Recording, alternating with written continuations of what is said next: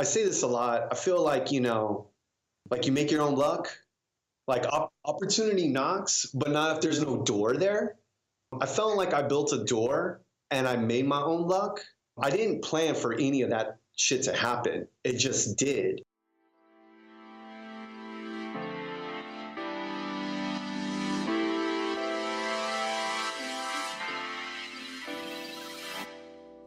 What's going on? You're listening to episode 56 of the Perspective Podcast, and I'm your host, Scotty.D.Russell of Perspective Collective. The show is all about carving out time to build something for yourself and being open to seeing things from a different perspective, hence Perspective Podcast. I want to share what is and isn't working for me, along with sharing my guest point of view. And let's start things off with some quick announcements that I am extremely excited about. I have new products in my shop over at perspective-collective.com/shop. And kicking things off for that weird, insane pizza lover in your life, this one's for you. Brian McClaskey of Industry Print Shop and I collaborated on a limited run of 35 screen-printed pizza boxes. Like, these things are so dope. It's a piece of work of art itself. But, Scotty, what's inside, you may ask? Well, I'm glad you asked, because inside of that is 3 exclusive 10x10 prints and a sticker sheet, because everyone loves extra toppings. This one is legit one of the most custom, unique products I've ever seen or been a part of, and you can snag one while they're hot for only $40. Once they're gone, they're gone. I'm so excited I keep spitting on my pop filter on my mic right now. Continuing on, also in the shop are 2 new sticker packs. Backed by popular demand, I have a revised version of the Pizza Party sticker pack. I sold out like 80 packs of these back in July in under a week. On top of that, there's a second premium sticker pack with new designs that I haven't released yet. And I started off with 50 a piece of both of these. And after this last week, I have about half of each left. So jump on these now. The Fighting Pizza enamel pen is also on sale, as well as I'm also having an office cleaning sale. I have a ton of original drawings slashed to super low prices just so they can find a happy home. And to be honest and transparent, all purchases go into funding new equipment for the show in 2018, as I'm doubling down my focus on the podcast. This show is the most fulfilling, the most rewarding side project I've ever pursued. And I think, personally, it meets the greatest need in the world that I'm trying to figure out how to deliver over time. And thank you to all of those who supported me so far in the past week, and to those in advance who do as well.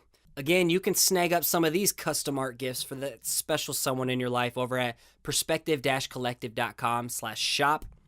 It's hard to follow last week's episode up with Dustin Lee of Retro Supply Co., but I believe I got another heater for you today. And I'm joined by Tony Diaz of the Artist Run, award-winning screen print shop specializing in apparel and flat stock, Industry Print Shop in Austin, Texas. They work with some of the biggest names in the industry, like Good Type, Morning Breath, James Victoria, Aaron Draplin, just to name a few, just on the flat stock printing side of things. And while it says print shop in their name, they do far more than that, as they are in the business of creating experiences for creatives like you and me. And Tony and his crew were also in the business of building doors, as kind of what you heard in the intro soundbite, which we dive deeper into in this episode. Tony's a punk rocker turned screen printer turned business owner. Not only does he have an incredible story to tell, but he has a ton of wisdom and bravado to motivate you to keep pushing your work to the next level. A little sample of what we talk about in this episode is creating your own luck, betting on yourself when others tell you can't, finding things you believe in to contribute to that are bigger than yourself, the power of collaboration, providing mutual value, and so much more. You need to listen to the end of this episode to hear how you can get a fat-ass discount on their website, which is loaded with some of the most killerest merch. Killerist isn't a word. Some of the most killer merch out there. And real quick, you can find the show notes to this episode to follow along with at perspective-collective.com/56. If you think somebody could benefit from listening to this, please just give it a quick share on social media. That's the biggest way the show has grown over the last year and a half. And I'm always sharing the episode artwork and even the artwork you've created through inspiration from the show over at Perspective Podcast on Instagram. Connect with me over there. And woof. Let's get into the show already.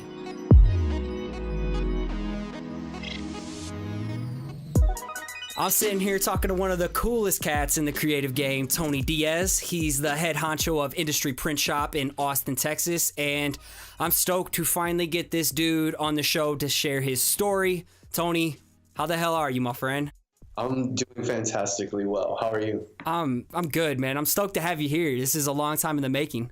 For sure. Thanks for having me. Also wanted to say thanks for in the pop-up crop review episode, with the lineup of everybody that was there to be like one of the top three. I was like, damn, like that was showing up each day with intention, man. That was powerful. And you only spoke for like 5 minutes before you guys started your workshop. So like that was big. I didn't know if you listened to it or not. So that's dope. No, I appreciate that. It was awesome. I'm glad that you took something out of it and can share with your listeners and everything. That's why you're here. You have a lot to share. So let's start right off. Will you give my audience a quick little brief Wikipedia page about yourself before we go into your story? Yeah, for sure. It's kind of like playground hustler turned punk rock musician turned designer, screen printer turned businessman / dad. And when I say like businessman, I like to reference Jay-Z when he's like, I'm not a businessman, I'm a business man. Yes. Because I mean, it's just so much more that goes into everything than just running a business. It's like so much relies on me. It's a lot of it is my visions and things like that. So and you have industry has about what, 30 employees? Yeah, we're already like we've already crushed 30. I think we're like at 31 right now, and probably add a couple more people here pretty soon. Awesome. And we'll talk about the 10 years in a little bit, but you've been grinding for 10 years in the business right now, which is huge. Congrats to you, man. Thank you. Yeah, I've been in the print game, screen printing and stuff like that for a little over 15 years. The industry's 10 years old this year. Word. Well, that's perfect. Then, what's the story behind how you got into screen printing, and then how screen printing got you into starting the brand Industry Print Shop, starting your company? How did that all start? It started when I moved to Austin from San Antonio, native Texan. And my dream was to be to play and tour in a punk rock band. That was like my jam. That's what I wanted. Was told throughout high school by my counselors, like, that there's no future in that. What are you doing? You're wasting. I mean, I graduated like number 2 in my class of like 400. Oh, damn. I didn't know that. So school was real easy for me. And so, but at the same time, like, I got no love. Like, they didn't like, I had the ropes and I had all the marks to be like, this guy graduated with honors. But, when it came to helping me out with beyond high school, my counselors thought like I was a lost cause. One thing that I use to motivate me is people telling me I can't do something. That really pushes me to be like, nah, like, fuck you. I got this. Watch me. That's my big, like, watch me do this. With that, after high school, I moved to Austin, was pursuing my dream of being in a band, doing that. And what'd you play in a band? I play guitar. Okay. The band that I was in and developing with the band, it's a group of people, and if not everybody is all like 500% in, then it's real hard when 1 or 2 people are and 2 or 3 other people are not. Because I was so passionate about punk rock and the music and everything, I got real active in the music scene here in Austin. Became friends with a lot of the really bigger bands in town.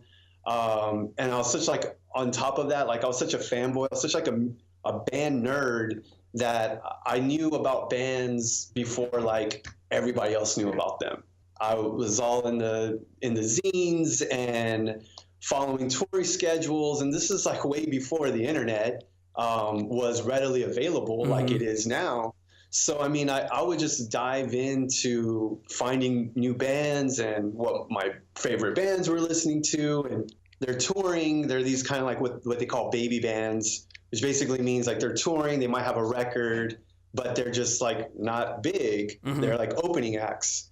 And those are like my favorite bands. And I'd be like right up front. They were like the kind of bands that played like when doors open, so there's nobody there. I would be like right up front, like singing every song, like pumping my fist. And then, you know, the guys in the band are like, who's this one kid, you know, like, you know, 600 miles away from where we are, knows who we are. And so I became friends with a lot of touring bands that way. Were you doing design at this time? I started to dabble. That was kind of like what I was going into. Like I started dabbling in design, making designs for bands that I knew, as well as my band, and then just making like what I thought were cool T-shirt designs, which turned into starting a clothing line. From there, I'd swag out all my homies, all my friends in bands, and just kind of got the name out there. I would set up at the shows. I'd hustle my merch. And because I was hustling my merch. The other bands were like, yo, can you work the merch table for us? And I mean, I was like, hell yeah. So I like immediately became like the merch guy. And so some of these bands that I had gotten like really friendly with, like all of a sudden they blew up. They're like on TRL and on headlining tours and just crushing shit. That's when they got me. I started working for bands. They bring me out on tour. I was being their merch guy, tour managing, guitar teching, just kind of, I was in the band. Mm-hmm. Because when you're on tour, it's a family, and it's like a body. It's a business. It's like we're all one unit. Mm-hmm. And it's not just like the 4 or 5 guys like on stage. There's so many people. There's like at least another 4 or 5 people that are helping support that group do their thing. And for me, it was, I was very fulfilled in the fact that I was contributing to something that I believed in and was passionate about, but that was something that was bigger than myself. Mm-hmm. I felt like all you counselors said that, you know, there's no future in this. And here I am, like making like really good money, being on tour and enjoying the shit out of what you do. Dude, it was awesome. And then I'm hustling my gear, getting the name out there, and I was so design and screen printing, being on the road, all that was kind of like happening all at the same time. Eventually, some friends of mine from Austin, they recorded a new record. They had always been a 4-piece. They lost their guitar player, recorded a record as a 4-piece. But then when it came to tour time, they didn't have a second guitar player. So they hit me up, and I learned the songs in like a couple of months and then hit the road. That band was called Near Miss. The record was released on Takeover Records. So we were on tour, and now I'm like living the dream, like for real, you know. This is like, I feel like there's varying success levels of being in a band, and for me, I felt like just being on tour, like playing in a touring band was that was it. Like I didn't care about a Grammy, I didn't care about all these record sales. It didn't matter to me. It was just about that experience and being on the road. The lifestyle of it. The lifestyle and connecting with the fans, connecting with the people. That music means so much to everybody, but in that scene particularly, like, you know, yo, this song changed my life, this record changed my life, like whatever, it's true. And to be a part of that was something that I felt extremely fulfilling. So we're on Warped Tour. The drummer's Canadian, and the Warped Tour is we hit Canada. And the producers at Warped Tour, they knew about it. The Canadians, they love their own, right? So our drummer being Canadian was huge. It was like they put us on the main stage. So it's like kind of like, you know, early evening, you know, kind of like when the bigger bands start to play, and we're on the main stage. And we get to the song that's like they made a video for. It's like our single or whatever. like, it sounds cliche, it sounds corny, it's whatever, but like, I don't care because it happened. But I had this moment of like this out of body experience, and I could see the energy, like the aura, like I was seeing colors. I was like, I don't even know if I was playing guitar at the time because I was just like so out of it. And what I kind of zeroed back into, like this feeling that I was having, I think it was, I mean, it was a realization that like you're truly living your dream. Like you've been doing this for the last 10 years and here you are, like you're on the completely on the other end of where you started, like as a fan, like feeling the energy that I felt seeing the band play when I was 16, now being a source of that energy for somebody else, and just seeing like the thousands of kids that were in front just like going ape shit. And like it's because like I'm here, I'm doing this. What would you say is like the biggest driving force of, was it the fuck you to the counselors and stuff at the time, or was it just something internal driven that got you to that place? Like the drive, like little tiny milestones. You were selling the merch, then you were going, doing the tech stuff for the band, and next thing you know, you're in the band on the Warped Tour. I say this a lot. I feel like, like you make your own luck. Like opportunity knocks, but not if there's no door there. I felt like I built a door and I made my own luck. I didn't plan for any of that shit to happen. It just did. And it was just like, I guess rolling with the momentum. Like, yo, this happened. All right, cool. I'm real bad at like celebrating victories. Dude, I'm the worst, man. I'm the worst. It's like, all right, oh, wow. Like, if there was like an artist that I ever wanted to print for and we're printing for them, I'm like, oh, damn, yeah. And then the next second, I'm like, on to the next one. What's like, next? Exactly. Dude, yeah, like, I'm right cool. there like, with you. I put out an episode about like celebrating small wins or any kind of win because I don't do it. I'm just like, oh, like, cool, like, pat on the back, whatever. Like, what do you want, a cookie? Like, you're supposed to go after this shit. To answer your question, I mean, I think one fed the other. I really didn't take no for an answer, in the sense that when I could see that the band that I was trying to create and market and push and do that for wasn't happening, I'm like, how else am I going to make this happen? Because really, if it came down to it, when they're like, oh, you want to be in a band, but why? It's like, 'cause I want to tour. Like, I want to be on that stage. I want to be in a different city the next day. And I don't know why I wanted that, but I saw all my favorite bands, and that's what they were doing. And I was like, that shit looks like fun. Like, I want to do that. Well, where did the want come from? Like, you're playing on stage at the Warped Tour at prime time. And then how did that want switch to starting Industry Print Shop, though? Like, how did all that worlds, flip? That was like instantaneous. That's like the whole point of that story, was like, had this crazy feeling. I could see colors, and it was I was out of my body, and I wasn't even that high. Tripping, but not tripping. Exactly. And straight up, the next day I was over it. I was done.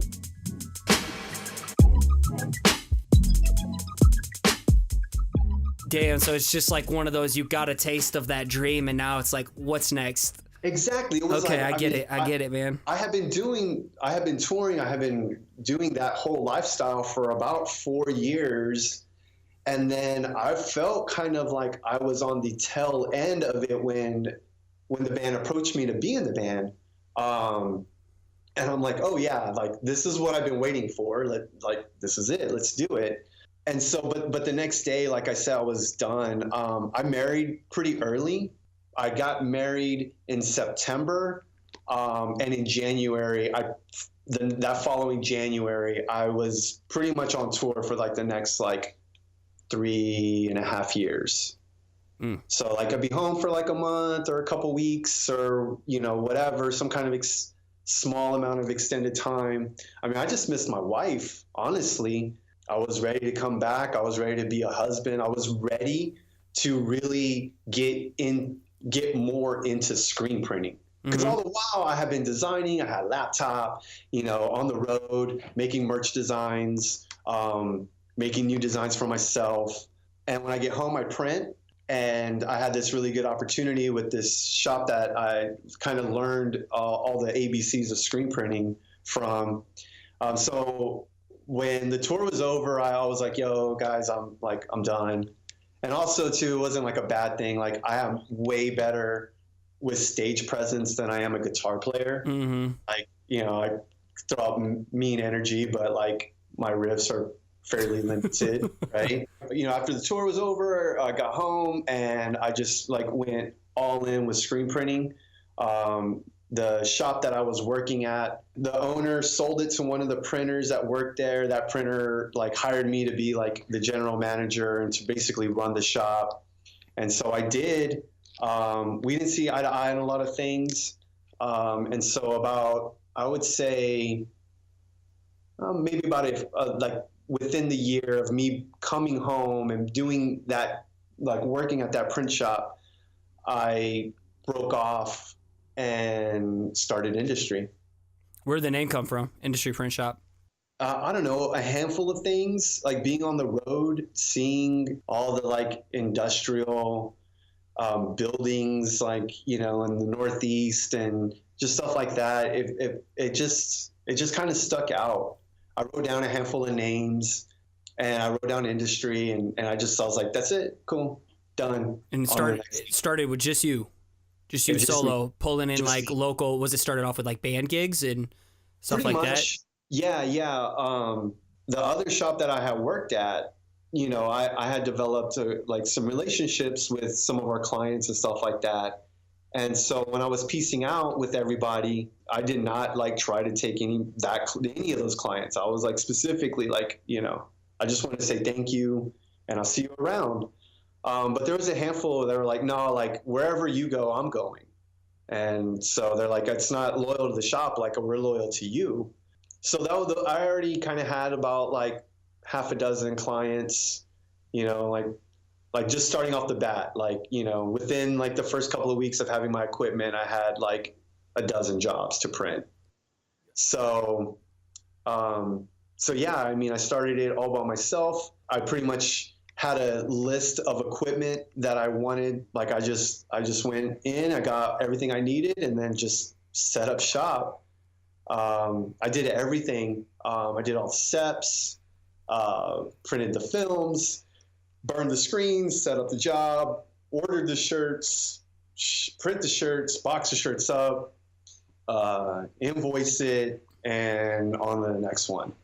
So I did that for a minute before reaching out to a couple of local guys here that were getting up on the streets with like screen printed wheat paste posters. Really, I just kind of reached out to them because I was bored just being by myself in the shop. Like I kind of at first that's what I wanted, but it got real lonely real quick. And so, yeah, that's kind of like, started to bring some people on just to kind of like hang out and do whatever. And here's like my official congratulations. But dude, you're 10 years into it. And what I love the most is the merch. Like you guys aren't just a normal print shop that just focus on other people. You brand the shit out of your own stuff. And, I got plenty of things to rock thanks to you. So like, I love the merch game and I'm definitely linking that up in the show notes, but celebrating this 10 years, it looks like you guys went all out on the merch and you even created your own beer. Yeah. Which is dope. Like, how did the process go in that? Like, selecting the designs. I know, like, Bobby Dixon and Brian, you got some killer designers. You got basically artists that work at your place as well, including yourself, and then brewing your own beer. Like, where did that idea even come from or the process of it? I guess backstory for the 10-year stuff was Bobby came up with this X. It's like Roman numeral for 10. And the way that I kind of saw it was that perspective X industry, when it's just that X meaning collaborative. For me, I wanted to focus a lot of what we made for the 10-year to be collaborative. For instance, the designs that Morning Breath did for us, the skateboard that we made, just almost like we made socks with this like local sock company. And then the beer came from really just kind of like, who do we work for? What do they do? And how can we do it together? And so one of the biggest breweries here in town, Austin Beer Works, is honestly, it's like one of our top clients. They have rad branding and design work that was created from Christian Helms and Helms Workshop. We have been printing for them since they were even a brewery, really. And we kind of approached them like, yo, what would it take to have our own beer? And it was real easy. Like the minimums were not crazy. And then as far as like the flavor and how all that came about, it's a blood orange goza. So a goza is kind of like a sour beer, usually brewed with some sort of like fruit and is salty. So we figured that we make it the blood, sweat, mostly tears flavor. Mm-hmm. And that's where the blood orange came in. That's where it being a goza came in for the salty of, sweat and tears. And no, that shit was good, and it went out real quick at Pop-Up Crap at the after party. I didn't even know. Burned through that stuff so quick, so fast. Free beer that tastes good. I mean, and good branding. It's gonna go well at a design conference. Yeah, no, for sure. And we were like, is there anything that we need to do for the design, this, that, the other? And they're like, no, you just whatever you want. So at that point, just kind of let Bobby just let him loose on it, and he killed it. We have people that come up or tag us in social media about them drinking the beer, and they're like, got the beer just because of the can. That's why I buy a lot of beers and stuff, just for the labels. Speaking of the motto, blood, sweat, and mostly tears, like where you guys are big on mottos, it's all across your merch too, and it lets people kind of feel like they're a part of industry. That's why I like rocking your shit so much. But things like blood, sweat, and mostly tears, and my personal favorite, can't stop, won't stop. Where do these originate from? And then, I mean, you guys kind of just dive right in and fully, what would be the word? Live by these words as a team throughout your shop. Absolutely. Can't stop, won't stop. Though I claim like punk rock and everything, like I'm a huge hip hop head, always have been. It got to a point where with the shop, we were gaining some steam. We were kind of like making, planting our flag just here locally. And, jobs came, like more and more jobs came. They were starting to get bigger and bigger. The clients were getting bigger and bigger. The work was better and better. And the opportunities just started coming through. And it was like a hustle, man. It was like I could feel like we're just hustling and grinding. And it was at that point, and this was probably like, 2010, 2011, when all these opportunities are really starting to like gain momentum, that I had this correlation of like we're just hustling, like we're like got this like mean like hip hop vibe that's just like pushing. It's like can't stop, won't stop, can't stop, won't stop. Rockefeller Records, because we get down. Exactly, that's what I think of. For me, it is Puff Daddy, P Diddy. It was all like can't stop, won't stop, bad boys. And so I was like that's just, it was just kind of like I just adopted it. I felt like we hustle hard, just like they do in the hip hop records. I kind of like brought that in and just like rolled with it. Blood, Sweat, Mostly Tears, that was gifted to us. When we started to get real serious, one of the things that I quickly realized was that, we need to have some like good branding. We need to work on our logo set. We need our own identity, and And at that time, I didn't have like a creative director on hand, but I was working with a lot of really talented designers at agencies that they were just like you and me, like we're homies. They're shooting us jobs and stuff like that. So this one particular designer, extremely talented, I reached out to him. His name's Ryan Rhodes, and he's one half of the founding members of the design studio called Land. Mm-hmm. And if you don't know who Land is, it's Land Boys on Instagram. You need to check it out. They're like your favorite designers, and anything that you've seen is like, if you go and you look at their work, you're like, oh yeah, this looks like so-and-so. It's like, well, it looks like so-and-so because so-and-so is like biting land.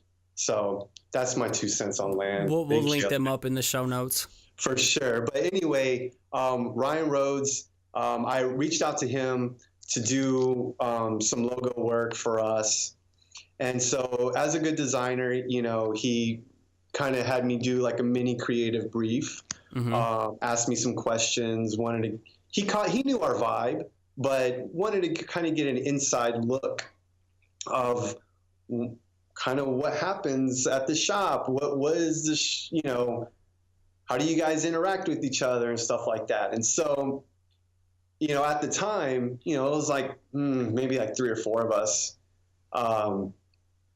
And one of the things that, I was like a running theme was like, stop crying, stop your crying. Like, oh, this thing's not going right, or this, or, oh man, this is a lot of work, or just whatever it was. It was just like, stop bitching, stop your crying, I kind of told him that, and he came back with this whole like identity suite, and it was like blood, sweat, mostly tears. And like, he got it.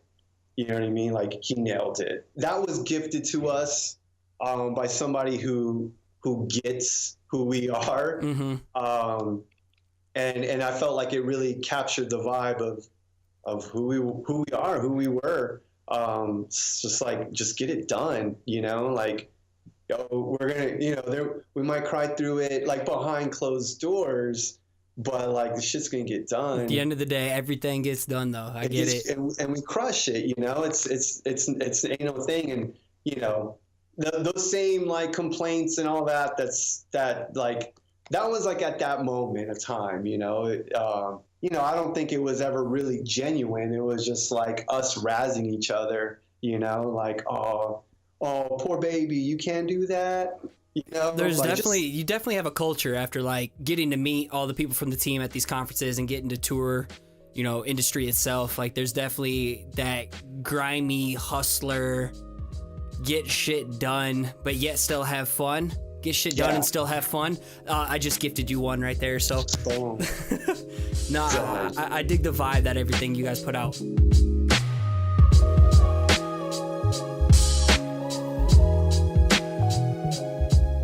Speaking of, I know something that big that you guys just had that I know you were excited about was early in November. You got to team up with Volcom and present your own art show cut from the same cloth. Like what? Tell people about that, because I know you guys are stoked, and there is some crazy, unique artwork that you guys were putting up for that. And Volcom's obviously a huge brand that most of us know about. There's definitely a concept behind that show.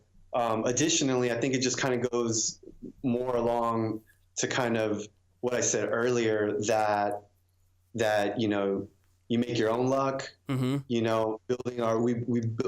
I would call us like industry door builders, because like we're building that door so that way opportunity is knocking hard.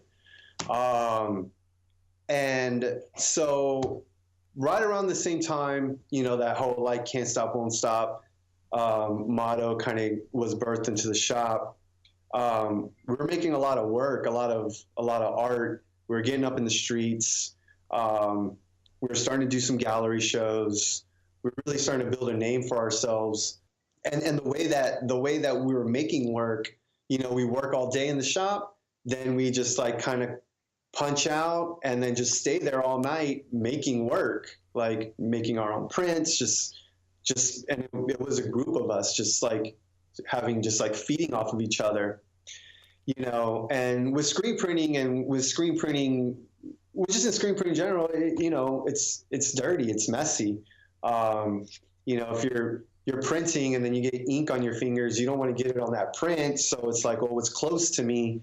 I just wipe my hands on my jeans, you know, that type of thing. And I didn't ever get mad, like, when my clothes got all inked up. Like, I felt like I wore them like badges of honor. I felt like I'd still, like, you know, go someplace fancy in those jeans, like maybe a nice shirt, but like, I'm gonna rock these jeans, like, and people are gonna be like, that's dope, right? I had all my jeans, all my clothes were just all inked out, like after a summer of just like making work. And I had this idea, they were all Levi's. And I wanted to approach Levi's with this idea of having this art show that we make art in these jeans, in these same pairs of jeans for 30 days. And then at the end of those 30 days, we have an art show. We show the work, but we're also showing the jeans. The jeans is the show. Like, the lighting is on the jeans. The focus is on the pants. It's not on the work. The work is an afterthought. It's a byproduct of what was created when we were wearing these jeans and wearing them proudly. And I wanted to do that because I feel like there's a huge value in collaborations. You know, using someone else's brand to elevate your own, while at the same time bringing value to that brand. A value share for sure. Yeah, and you know, I felt like for a large company like that, it was like, you know, these are just like everyday cats that are like hustling, but, you know, here's just something unique, you know. That idea never panned out. I didn't ever meet anybody from Levi's to pitch that to. Our really good buddy and collaborator and just all around homeboy, Michael Sieben. He's an artist, he's a designer, he's an editor-in-chief at Thrasher magazine, he's a curator for the Volcom Garden, blah, blah, blah, blah, blah. He's the man. He kind of reached out, wanted to call a meeting. I went to the Volcom Garden, and basically the Volcom Garden, the global creative director of Volcom lives here in Austin, and found this property that he got and turned it into a gallery Volcom retail spot. And really, it's just like, it's a place it's like a content generator for the brand, for art shows, they have ramps, they run the Jewels play there during ACL. Like, it's just a place to do rad shit at. And they reached out to us, we had a meeting, and basically that meeting was, we need help, like, with some programming. Like, our house is your house. Like, now you have a venue like downtown Austin. Like, you do whatever you want. So I'm like, yo, I got this idea for these jeans, this jean show. And they loved it. Like, it was like, yep, done. Like, either we're going to, like, yes, it's done. It's going to happen in like 3-4 weeks, or it's going to happen in 2019. It's like, all right, well, let's do 3-4 weeks. So we got ourselves some jeans. We made a whole body of work, and it came to life. And now there's talks of having Altered by Industry subline within Volcom. I think we hit some home runs for the concept, and just gave them some really good ideas that now, like, kind of opened the door for us to be a part of the line, a part of the brand, which for me, growing up as a skater and a punk rock kid, and their motto is like, you know, youth against establishment and stuff like that. Like, that was my steez. I loved Volcom back in the day. And so to be able to be a contributor, collaborator for the brand, help bring them value, I mean, that's like checked On the next one. What's next? Yeah. Well, that's the great thing about this is like I try to encourage people, reach out to people, collaborate,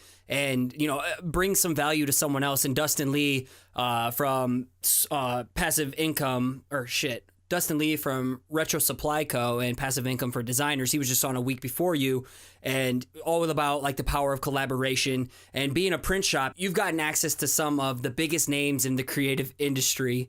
Absolutely. And you've done some killer collaborations with people like Morning Breath, my homegirl Brooke from Good Type, James Victory, etc., including Volcom. Like, what are some of your favorite collaborations, and what's the power of collaboration brought value to like you and your brand and to the other people? I'm going to say that just getting to work, it's like the print jobs that we do, the custom work that we do is somewhat of a collaboration, but when it comes down to it, it's definitely it's a collaboration because they're coming to us for our expertise, how to approach a certain print. But really, to me, that's just kind of like just paying us to do what we do. Though that's the case, we have been able to work with some of the people that like, I mean, I could call it a day and be like, I worked with everybody I wanted to work with. That includes Morning Breath. That includes this design or this art duo from Brooklyn called Fail. There's another street artist called WK Interact. Another artist, his name, artist name is Dalek. These are all like people that like I didn't grow up, but just like in the past like 10 years, like followed, and they're they're like in juxtapose, and these like these street artists that I was like held to this like really on this really high pedestal, and now like we're emailing each other, and when I go to Brooklyn, I get to hang out with all these cats, and it's that I've heard you say this before, but it's about like the relationships. Yeah.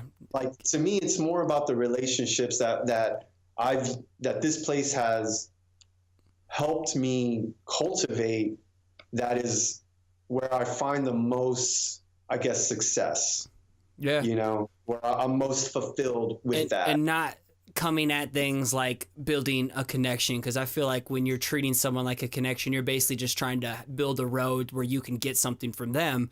And I think in a relationship, that's where that mutual benefit comes, and like things can, blow up from there outside Absolutely, of just a relationship. Yeah. Like for us, Absolutely. Like me being part of the industry edition, like, dude, that shit's wild. And I'll be plugging that in the intro too. So right.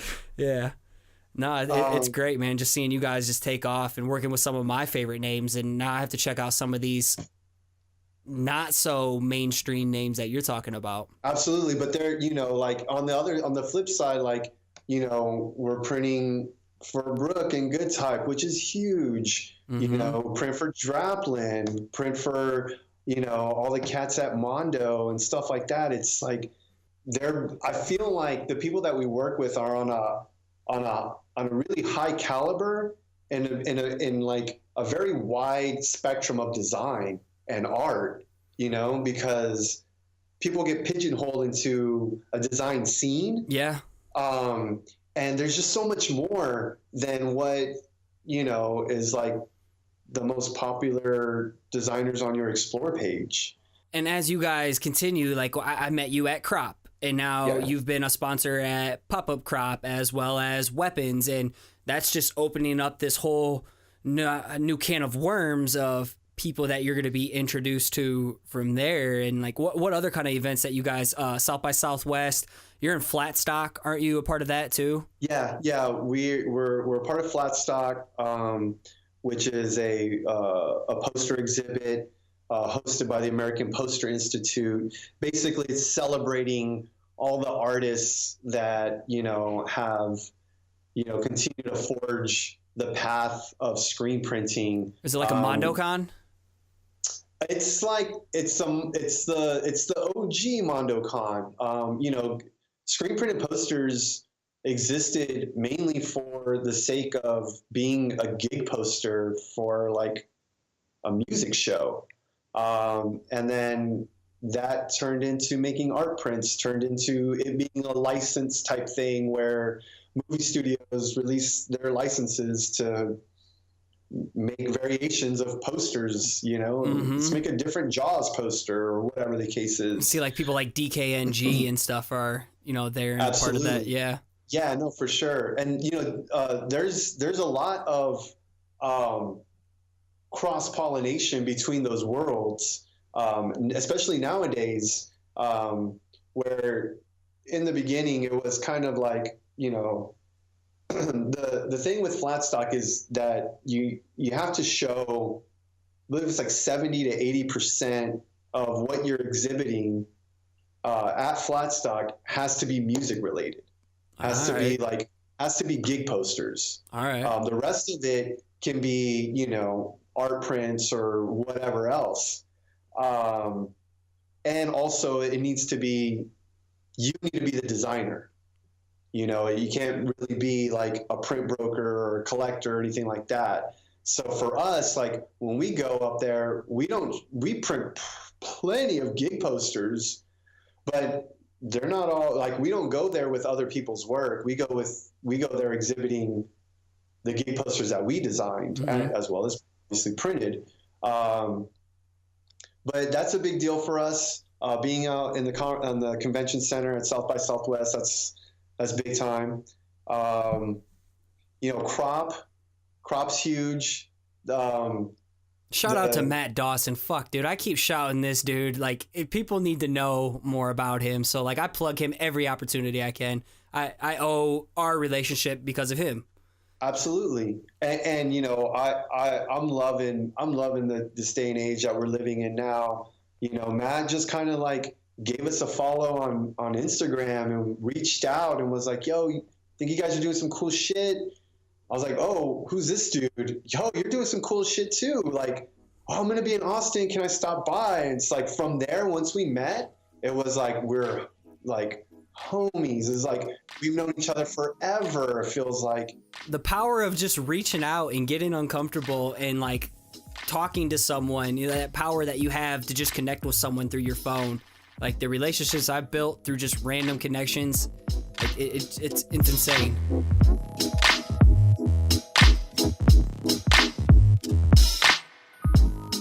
That's what gets me so razzed up sometimes, and people are like just complaining or just mad at whatever. It's like, yo, man, like we have opportunities that we didn't have 10 years ago. 10 years ago, we didn't have as much accessibility to the world. Now it's like, yo, man, like, and it's, here's the thing, Scotty. This shit is free, dog. I know. It's free. And it's crazy, like, when people are bitching and crying, it's like, you're in control. These are things that you're in control of. Nobody's holding you back from sharing your work and utilizing social media platforms. Like, it's all a decision. Like, just decide to show up, put your shit out there, get uncomfortable. That's probably another one. And be consistent with shit. Consistency, getting out of your comfort zone, and then making opportunities happen. Like, I love that. Building a door. Like, it's got my head going already with some type of dope drawing for this. Right. I was starting to say about crop and kind of like where things are headed for us, at least. Matt reached out about pop-up crop. We're not just sponsors, like we're co-producers of it. Like we're partners with pop-up crop. So like we're kind of married into the brand. Just pop-up crop or crop? Just pop-up crop. Okay. It's separate. Yeah. I'm sure there was a handful of reasons why he asked, some maybe more obvious, but I was glad that he did, because now we gotta start planning for 2018 pop-up crop, which is not going to be in Austin, which is going to be harder for us to do. But like, I'm about it. Where I'm really like being bullish on is like creating experiences, events. When we go out and we do live printing, Like we make stuff. Like on the day to day, like that's what we're doing is we're making stuff. You know, we're not saving the world. You know, we're making stuff. We're making T-shirts. We're making stickers, posters. It's just stuff. Tangible goods. Yeah, but where I feel we bring a lot of value is when we bring the print to the people, because it's like, oh shit, you're gonna go to any activation within a music festival and get like some free swag item. You can go to a conference and you're gonna walk the tables and you'll get some sort of free swag item, right? But when you walk by a table and that swag item is being custom made for you in a process that probably you didn't even know existed, because that's the thing, is like, I don't even know how a shirt's printed. It's like this thing that I hear the most outside of design conferences. But that's more memorable to people. That stays with people longer. It's like, oh, I got this free tote bag from whatever, or yo, this tote bag was made for me at this event, and I saw how your shirt's printed. Or and now you get to pull the screen yourself. Exactly. Yeah. Exactly. So that leads me into, you're kind of already going down that route, but I want to like prompt it a little bit more. Where do you see industry evolving in the next 5 to 10 years? Because you're kind of already going on this topic. I see it much more than just a print shop. You know, I love print. That's our foundation. We'll be a print shop, but there's going to be a certain point where it's just going to be industry. I have like putting together a conference like under my belt. So now it's like I've been having this idea of having this like screen print conference. And now it's out there, you know, like now I got to show up and like, tell me I can't do it, Scotty. Tell me I can't do it. You're very capable, but you can't and you won't. But you can't and you won't. You can't. But that's not me. I'm never one to tell someone I'm the encourager. So don't ask me to say something I don't feel comfortable doing. Watch me. No. So you know, now I have that under my belt. Like I really would like to do that. There's you know, industry editions. Like we don't want to just publish prints like with your project. Like we don't want to just publish a poster. Like that's cool and all, but that can get boring. We want to publish like objects, things that people can that people want to get. There's so much that's available right now that it's just not quality because it's available right now. And we want to produce things that we take our time and make some good products, good items that are more than just a print on paper. You know, we want somebody that we want to make things that people are like, I got to have that. We want to publish books. We want to, we've been doing design and branding projects, identity projects, being asked to, you know, redesign of like a fancy hotel. I don't know. There's a lot that I want to do and that I see that we can be doing, but I don't know what all those things are necessarily. I just know that we're going to be more than a print shop. We already are. And, you know, design, identity, you know, product development, you know, just going to keep building doors, I guess. Love it, man. Love it. Well, then, before I hit the rapid fire questions, this is something I think you're really good at. You're full of it. You're like a wise sage, a level 45 wizard, man. You got plenty of good advice to give to people, but what's one piece of advice you'd give to a creative who struggles starting or sticking with it? If the next person can do it, then you can do it. You know, I don't like, I'm going to say something, but like, don't take it the wrong way. It's like, you're like, Scotty, there's nothing like extra special about you. And what I mean by that is like, you're not rich, I'm just a normal person. You didn't come up from privilege. You don't have anything that's been handed to you. Like that, like we're just alike, you know, like of course you're special, I'm special, we're different and things like that. But there's nothing that gives you necessarily an edge over the next person, right? So if there's somebody out there that is doing it, that is just like you, then there's no reason why you can't do that. That's a big motivator for me. It's like, well, if he can do it, I can do it. You know, like I'm big on that when I go to see work in art, you know, in museums and art shows and stuff like that. Like, I'm like, oh, like that's dope, right? Like, yo, I can do that. And I'm like, I'm going to do that. Well, and a lot of people in my audience, that hits home because a lot of people get paralyzed by comparison. Like, there's no way I could do that. So what you're saying is definitely, you know, get a hit home with people. It's like, if you see someone else doing it, why can't you? Like, I have an episode that's just like, why can't you? You know, why can't you be a great speaker or a great designer, a great hand lettering artist? Why can't you? It starts from within. Absolutely. It's making that commitment to being, if that's what you want to do, you stick with it. Just like with me and being in a band, it's like, yo, like I could tell that the path that I was on was not going to take me to where I wanted to be. So I found a different route. I like started doing something different that was within that scene, but propelled me to the position that led me to be living my dream. Ultimately, patience, man.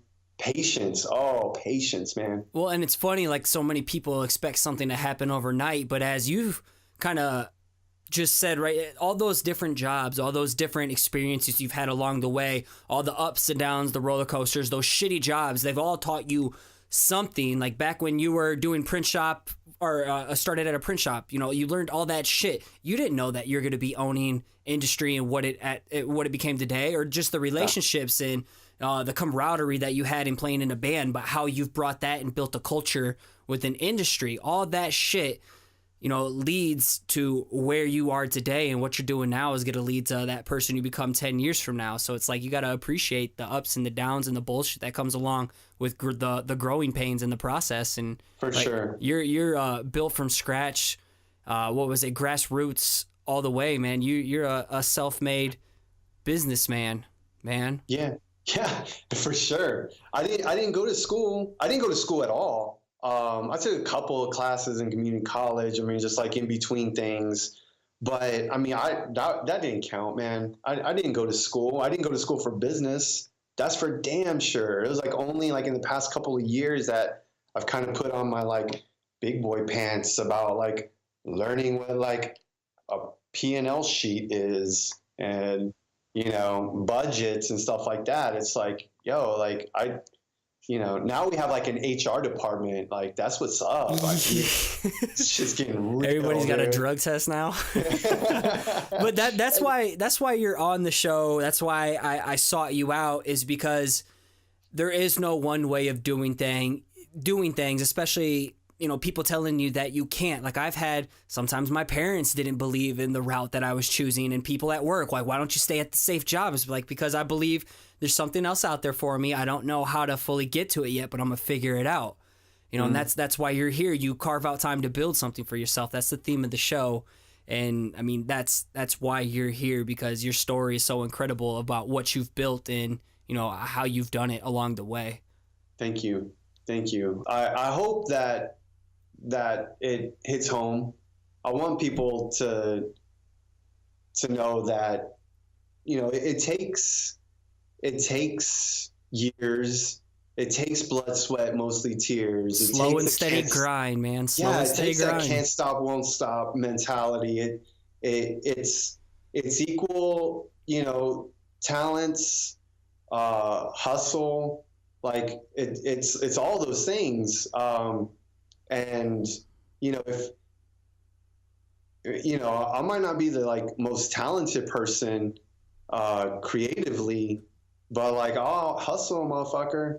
Like I'll like who's gonna get this faster, you know, or first, And your DNA, your experiences, and your personality is what also, maybe you're not the most talented at this position, but with all those ingredients in the mix, that's what separates you from the next person doing the same thing. You know, Absolutely. like you have a very infectious personality, and that immediately is going to open more doors for you than someone who's just a crazy awesome designer, but they're a dickhead and a fuckwad, and they're not a pleasure to be around. They don't make you feel energized when you hang around them. Like when I talk to you, and I'm a very extroverted person, like, dude, I feel so energized and ready to go fuck something up in a positive way when I'm around you. Like, that's infectious. You have a very contagious personality. And like, that's what separates people. It's not just about the talent. It's all those other things that make you unique. Yeah, absolutely. The it factor. Like, you got it, man. Thank you. I don't know what that it is, but nobody does. That's it. Like charisma, personality, grind, hustle, grit, all that shit. That's what makes it. Not trying to blow smoke up your ass, but you know. Let's do it. Yeah.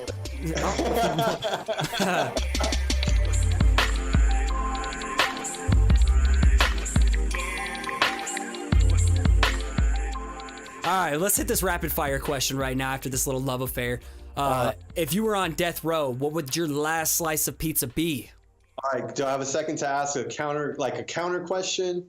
Is this like toppings, or is it like a very specific whatever pizza? You want it to be? It could be a Jack's frozen pizza with extra melted cheese on top. It could be crack pizza from Baton Rouge. It would be a Via 313 pie with pepperoni and meatballs. Dude, I'm pretty sure that's what Brooke Robinson said when Brooke said 313. Via 313? Via 313. Is that on 6E6? Yeah. Okay, yeah, I had that. Cool that they have a location there. It's good. That was way good. Yeah, all right. Okay, what program? Okay, this you feel free to give an answer that's not a part of this. What program would you live in each day if you had a choice? You know, AI, Photoshop, but you're screen printing, so. Well, I mean, we use all that, you know. I mean, and you know, I'm not like, you know, I'm somewhat different probably from the rest of the crowd who's like actual like full-time creatives, like designing, pushing pixels, pushing pens, stuff like that. But yeah, I mean, I do that as well. There can be a caveat to this question too. You could say working with paint and pulling screens. That's totally acceptable. I mean, I'll stick true to what the format is, and I would say Photoshop. Photoshop. I love creating my 45-degree line halftones. All right. That's my shit. Flex that shit in the episode artwork then, man. So So pulling screens and pushing pixels, got it. Script. Oh, hey, I like this one. I forget to ask it always, but who's an artist, designer, creative who's been killing it lately that, you know, that's really been standing out to you? And you have these underground people, so. I don't know, man. It's hard for me. I don't follow a lot of trends when it comes to like new and upcoming designers. Which I probably need to work on, absolutely. But I'm going to have to fall back to some hero shit and just say Morning Breath. That's totally cool.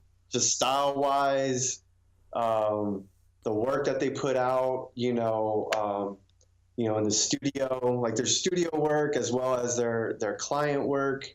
It's just fucking fire, man. Man, I've been trying to get them on the show for like 3 months, but like anytime we get something set up, they have something going on. So it's like I wanted to get them on for their book launch. Yeah. Doug and Jason, we've been going back and forth, but just haven't made it happen yet. So sometime we will. But yeah, no, I really love those guys. Their work is so good. Yeah, I would. I mean, if it's just one, I would say Morning Breath, man. That you answered it perfectly. All right, script serif or sans serif? Sans. Damn, sans all that's day. like 6 people in a row now on the interviews. All right, well, what's your favorite? It's like so my street name is Anti. So that's like sans is like it's like another word for like yep. So I'm just like sans, I like readability, I just that modern sans. cleanliness. Okay, what's your favorite typeface?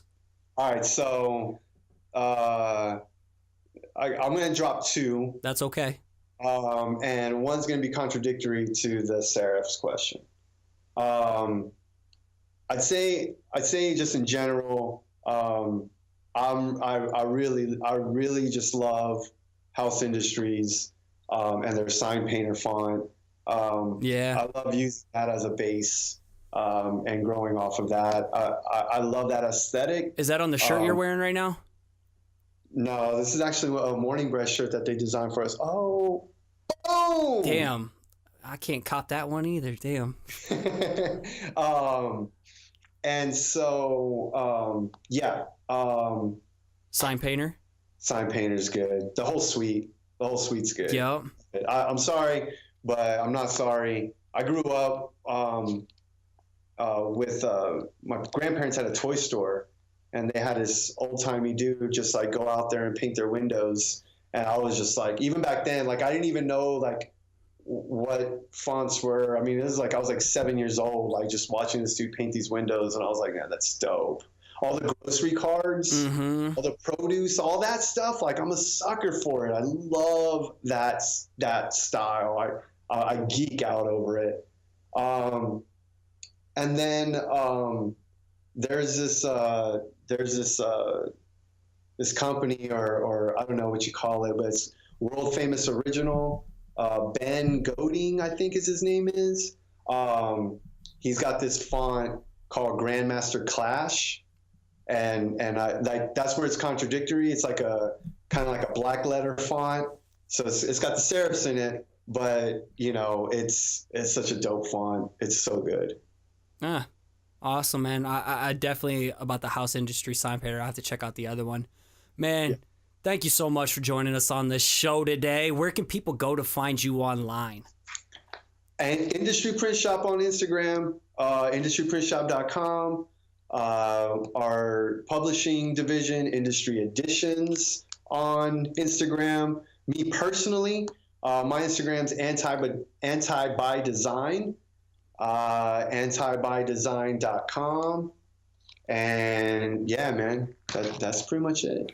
I can't wait to see what 2018 has in store for you guys and how you continue to evolve over the years, and then how I can still come and make sure to come and kick it with the homies. So rolling with the industry crew. For sure. It's your family, dog. That's damn sure. Like, you roll deep with the crew. We got you all damn day. Much love, brother. I appreciate you. Thanks again. I appreciate you too, man. Love you, man. All right, man. Peace.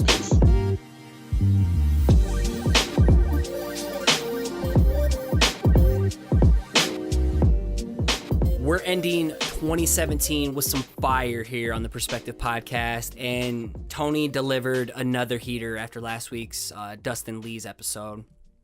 Tony is legit one of the most genuine and generous people I've encountered on my creative journey, especially in 2017, and he does so much for our creative community. And speaking of generous, he gave the listeners to the show a whopping 25% off everything in their web store. And I'm not lying when I say they have some of the best merch around, and you could rep some for yourself with the promo code PERSPECTIVE at checkout. They have hats, tees for guys and girls, long sleeve gear, pins, patches, bandanas, etc. over at industryprintshop.bigcartel.com, also in the show notes. And something new I want to introduce into the show is something I do each week on my newsletter team over at perspective-collectiveteam.com. I have a segment called Dose of Inspiration where I kick out a creative who I think is just killing shit. And some may have a good following already, but others are some who I think are going to take off, and I want you to peep them out before they blow up. So, introducing this week's Dose of Inspiration, Jelena Ristic of Atoms and Lines on Instagram. Literally, it's at of Atoms and Lines. And she's known for her black and white line art based illustrations. And there's so much movement and depth within her pieces that it can lull you into a trance. And I think you'll dig her work just as much as I do, and she'll also be linked up in the show notes. For real, her work is majestic and trippy at the same time. I really enjoy it. I can't recommend enough that you go and check her out. And as we wrap things up, if you're enjoying what you hear and you want to support the show, I have not one, but 2 ways you can make that happen. And first off, the supporters at patreon.com/Perspective Podcast are making a huge difference in allowing me to elevate this show to where I envision it being. And big thank you to the new people who joined over this last week. I really appreciate you. And with as little as $1, $3, or $5 per episode, you can help me keep up with audio hosting, web hosting, recording software, and equipment. Not only are you helping the show, but I'm trying to give back to you and give you some rewards like bonus mini episodes, discounts on my shop, critiques on your work, etc. And I'm always open to new ideas for rewards to offer you too. So don't be shy. Hit me up directly and, give me some feedback on some things that you'd like to see. Again, you can invest in the growth of this show by visiting patreon.com/Perspective Podcast. And the second way to support the show is by leaving a quick ratings review over on iTunes. It not only helps the show get discovered and jump up the ranks in the art and design category, but it gives me an opportunity to give you a nice little thank you plug like this week's rating and review. And this one's labeled Motivation Station. This one's by Dino Moto. He or she says, "This is where I go when I need creative inspiration. Scotty is just a real dude out here encouraging and lifting others with his perspective and words." Thank you, Dino Moto. I think I'm saying that right. I sincerely appreciate you taking time out of your existence to support the show, not only by listening, but through your words as well and sharing it with other people. I really do appreciate you and anybody who's left the ratings and review. Finally, to wrap things up, I need to give a big shout out to Nick Jenkins of Blookah for all the theme music you hear on this show. Check him out over at SoundCloud or on Instagram at BLOOKAH, that's Blookah. And as you finish out your week strong, I want to encourage you to keep showing up, keep putting in the work, and keep creating. You got this.